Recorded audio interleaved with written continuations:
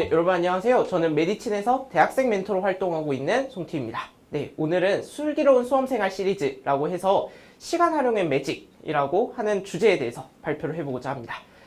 여러분들 수험생활 하다 보시면 어때요? 그러면 24시간이 모자라는 경험을 하지 않으신가요? 네, 그래서 24시간이 모자란 수험생들을 위해서 제가 24시간을 남다르게 활용하는 방법에 대해서 말씀드리고자 합니다. 수험 생활을 하다 보면 생기는 고민, 오늘 두 가지에 대해서 이야기해 보고자 합니다. 첫 번째는 수험생들이 이런 질문을 합니다. 이거 인간이 감당할 수 있는 양 맞나요? 학교 수업 들어야죠. 인강 들어야죠. 복습해야죠. 숙제해야죠. 또 시험, 복기도 해야죠. 이렇게 할 게 많은데 이거 인간이 감당할 수 있는 양 맞나요? 오늘 이 질문에 대해서 좀 해결을 해 보고자 합니다. 그 다음에 두 번째 질문입니다. 분명 무언가 열심히 하는데 머리에 남는 게 없는 것 같아요. 이게 딱 수험생들이 3월쯤 가면 이 질문을 합니다. 분명 아침 일찍 일어나서 하루도 졸지 않고 열심히 하고 늦게까지 자지도 않고 공부하고 있는데 왜 아무것도 남는 게 없는 것 같을까요? 왜 제가 발전하지 않는 것 같을까요? 이때 여러분들이 무엇을 점검해야 할지에 대해서 저와 같이 이야기를 해보고자 합니다. 첫 번째 고민이요. 이거 인간이 감당할 수 있는 양 맞나요? 라고 하는 친구들에 대한 저의 대답은 밸런스를 찾아라입니다. 밸런스, 무엇의 밸런스를 찾아야 하는 걸까요? 첫 번째 밸런스는 과목 간의 균형입니다. 국, 수, 영, 탐, 탐. 여러분들 5과목을 수능으로 보는 거거든요. 그러면 이 5과목 간의 균형이 중요합니다. 두 번째, 일주일의 균형입니다.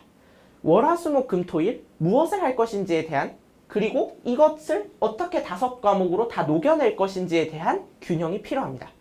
주중에 주말에 무엇을 할 것인지에 대한 균형이 필요합니다. 그 계획에 대해서 저와 같이 이야기를 해보고자 합니다. 그 다음에 세 번째는 하루의 균형입니다. 수업과 인간과 자습 간의 균형 그리고 채찍과 당근이라는 표현을 제가 써드렸는데요. 채찍과 당근이 무엇인지에 대해서도 같이 이야기를 해보고자 합니다. 네, 그러면 첫 번째 밸런스요. 과목 간의 균형을 이루어야 된다라고 말씀을 드렸잖아요. 그럼 이 과목 간의 균형을 어떻게 이루어야 하나요? 그때 제가 처음으로 여러분들에게 드리고 싶은 질문은 개념이라는 것을 정립하고 체화하는 것을 중요하게 생각을 하잖아요. 많은 친구들이. 그런데 개념을 했다의 기준이 무엇인지 상당히 궁금합니다. 많은 친구들이 인강을 그냥 듣고 나면 개념을 했다라고 착각하는 것 같아요. 그런데 개념을 했다는 것은 문제를 풀기 위해서 내가 교육과정에 있는 내용을 충실히 내 머릿속에 집어넣는가 이기 때문에 개념을 했다는 건 여러분들만의 언어로 설명할 수 있을 때 개념을 했다라고 이야기를 할 수 있는 겁니다. 그래서 많은 친구들이 개념을 정리하고 기출을 풀었어요 라고 이야기를 하는데 제가 밑에 교과서라고 써놨죠. 이거는 뭐냐면 4, 5등급 친구들에게 하고 싶은 말이에요. 4, 5등급 친구들이 인강을 듣고 열심히 개념을 정리하고 기출을 풀었음에도 불구하고 내가 성적이 오르지 않는 것 같은 이유가 뭐냐면 기본부터 충실히 하지 않았기 때문인 겁니다.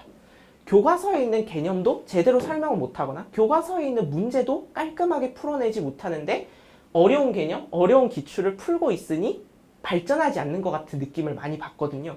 그러니까 4, 5등급 친구들의 경우에는 교과서부터 착실하게 푸는 연습을 좀 해보셨으면 좋겠습니다. 그리고 과목 간 균형을 이룰 때 가장 중요한 것은 여러분들의 강점 과목과 약점 과목을 이해하는 겁니다. 저 같은 경우에는 저의 강점 과목은 뭐였냐면 영어였어요. 저는 무슨 짓을 하더라도 영어 1등급을 받을 자신이 있었다 이거였거든요. 그러다 보니까 영어 같은 경우에는 저는 하루에 1시간도 제대로 공부를 하진 않았어요. 저 때는 EBS가 좀 있었거든요. 그래서 EBS 좀 외우면 됐기 때문에 1시간도 공부를 안 했어요. 그러니까 나의 강점 과목 같은 경우에는 좀 더 공부 시간의 비중을 줄일 수 있겠죠. 하지만 저의 약점 과목 같은 경우에는 수학이었거든요. 그러면 이 수학 같은 경우에는 비중이 훨씬 더 높아야겠죠. 그리고 문제를 푸는 것도 더 많아야 하고요. 생각해야 되는 것도 더 많고요. 그러면 이런 식으로 밸런스를 맞춰서 여러분들이 이 5과목을 일주일 동안 어떻게 할 것인지에 대한 플랜을 세워보셨으면 좋겠습니다. 두 번째로 넘어갑니다. 일주일의 균형입니다.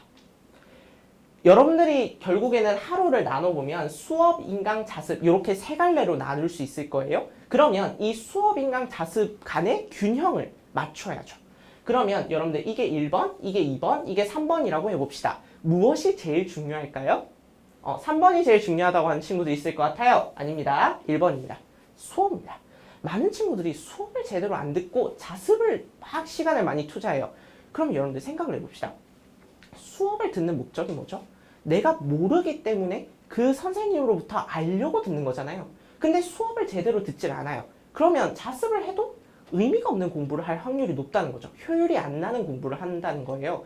그러니 수업이 제일 중요하고, 그러니 자습도 수업을 복습하는 게 우선이어야 합니다. 그리고 그 수업으로 채워지지 않는 무언가가 더 필요할 때, 그때 인강이 필요한 거고요. 그러면 인강을 들었어요? 수업과 마찬가지로 또 자습 때 복습하셔야죠. 그래서 여러분들이 이 빡빡함과 느슨함 사이의 균형을 잘 잡아보셨으면 좋겠어요. 수업의 복습은 최대한 빡빡하게 많이 잡아두셔야 되고요. 여러분들이 스스로 푸는 컨텐츠, 이것들은 더 느슨하게 가져가셔야 합니다. 그리고 주중과 주말이 조금 여러분들 달라야 합니다. 특히 저는 일요일을 잘 활용하라 라고 말씀을 드리고 싶은데요. 일요일은 여러분들이 부족했던 과목을 채우는 겁니다. 무슨 얘기냐면 월화수목금토가 매일 똑같을 수가 없어요. 그러니까 어떤 주는 수학을 많이 공부하게 되고 어떤 주는 국어를 더 많이 공부하게 되는 거예요. 그러면 일요일에는 내가 그 주는 수학을 너무 많이 공부한 것 같아. 필이 꽂혀서. 그러면 일요일에는 국어를 좀 더 많이 하면 되는 겁니다. 그런 식으로 일주일을 봤을 때 균형이 잘 채워지면 돼요. 그리고 수험 생활은 장기 마라톤입니다. 그러니 반드시 휴식이 필요합니다. 그래서 저는 일요일 4시간 정도를 휴식 시간으로 삼아서 이제 이때 잤어요. 부족한 잠을 채우는 용도로 썼단 말이죠. 여러분들도 이런 휴식 시간을 잘 채워보셨으면 좋겠습니다. 다만 휴식 시간에 휴대폰 안 됩니다. 컴퓨터 안 됩니다. 그거는 여러분들의 뇌에 스트레스를 더 주는 행위이기 때문에 좀 더 건강한 운동 뭐 이런 거 아니면 저처럼 자는 거 그런 걸 훨씬 더 추천을 드리고요. 하루의 균형으로 넘어갑시다. 채찍과 당근이라고 이야기를 했는데요. 채찍은 무엇이냐면 매일마다 모든 과목의 균형을 유지하기 위해서 하는 겁니다. 네, 그래서 가볍게 모든 과목을 하는 것을 추천을 드리는데 저는 그래서 데일리 컨텐츠라고 있었거든요. 데일리 컨텐츠가 뭐냐면 국어, 수학, 영어, 탐구 이렇게 있으면 국어 한 지문, 그 다음에 수학 5문제, 영어 5문제, 탐구 5문제 이렇게 해서 이거를 정해놓고 매일마다 푸는 거예요.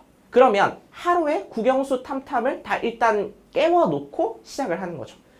그 다음에 이때 이 5문제는 뭐가 들어가면 좋냐면 공부했던 기출을 복습하는 걸로 이 5문제를 채우는 것이 좋습니다. 그리고 이제 당근으로 넘어갑시다. 당근은 어떤 요일, 어느 과목에 더 비중을 둘 것인가를 얘기합니다. 여러분들 월요일에 만약 내가 국어 수업이 좀 많아요. 그러면 복습을 할 때 국어를 좀 더 많이 하겠죠. 자습을 할 때도 국어를 좀 더 많이 하겠죠. 그러니까 수업과 관련 있게 그날의 비중을 둘 과목을 정하는 겁니다. 이해되시죠? 자, 이제 두 번째 고민을 했던 친구들. 내가 뭔가 열심히 공부를 했는데 머리에 남는 게 없는 것 같아요. 이 친구들에게 제가 하고 싶은 얘기는 목표입니다. 여러분들 목표를 다시 점검해 보셨으면 좋겠다는 거예요. 첫 번째가 뭐냐면 RVD, Realistic is come from the vivid dream. 생생한 꿈으로부터 현실은 등장하는 겁니다. 내가 공부를 하는 이유에 대해서 여러분들이 생각을 하지 않은 경우가 많이 보였어요. 그 친구들은 목표가 없이 공부를 하다 보니까 머릿속에 남는 게 없는 것 같고 내가 발전하지 않는 것 같고 이런 슬럼프를 겪게 되는 것 같거든요. 그걸 생각해 보셨으면 좋겠고요. 그 다음에 두 번째는 과목별로의 목표를 다시 점검해 보셨으면 좋겠습니다. 하나씩 더 자세하게 이야기를 해봅시다. 일단 RVD 생각해 보실 게 내가 공부를 하는 이유가 뭔지에 대해서 좀 생각을 해보셨으면 좋겠어요. 수험생활은 장기 마라톤이거든요. 1년 동안 여러분들이 꾸준히 달려가셔야 되는 그런 시험이에요. 그러면 그 시험 앞에서 여러분들이 생각을 하셔야죠. 내가 왜 공부를 해야지? 내가 왜 대학을 가야 하지? 그 목표가 없으면 목표가 없이 그냥 나가는 건 정말 힘듭니다.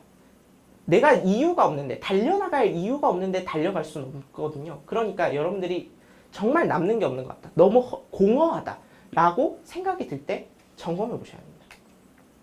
그래서 내가 대학을 가야 하는 이유, 공부를 해야 하는 이유가 정해졌어요. 그러면 무엇을 할 것인가요? 어떻게 할 것인가요? 그 목표는 이 꿈이 생생할수록 더 명확하게 답이 나오게 되어 있습니다.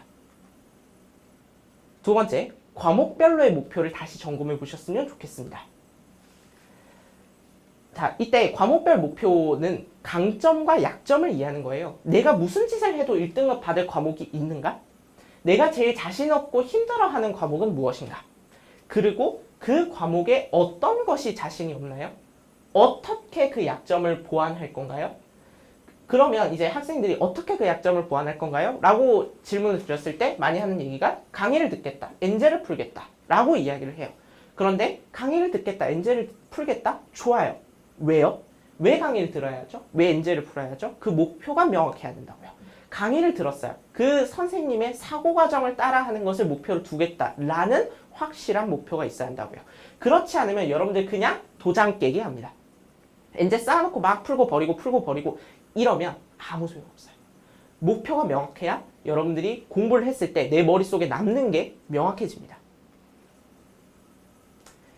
자, 이렇게 해서 여러분들 오늘 2개의 질문 같이 해결해 보았습니다. 어때요? 조금 고민 해결에 도움이 되셨으면 좋겠는데요. 이것은 제 좌우명입니다. Do your best, then you be the best. 최선을 다하세요. 그러면 최고가 되어 있을 겁니다. 저는 메디친에서 여러분들의 고민과 질문을 듣기 위해 항상 준비가 되어 있습니다. 고민이 있으시다면 언제든지 커뮤니티에 오셔서 글 남겨주시면 감사하겠습니다. 지금까지 들어주셔서 감사합니다.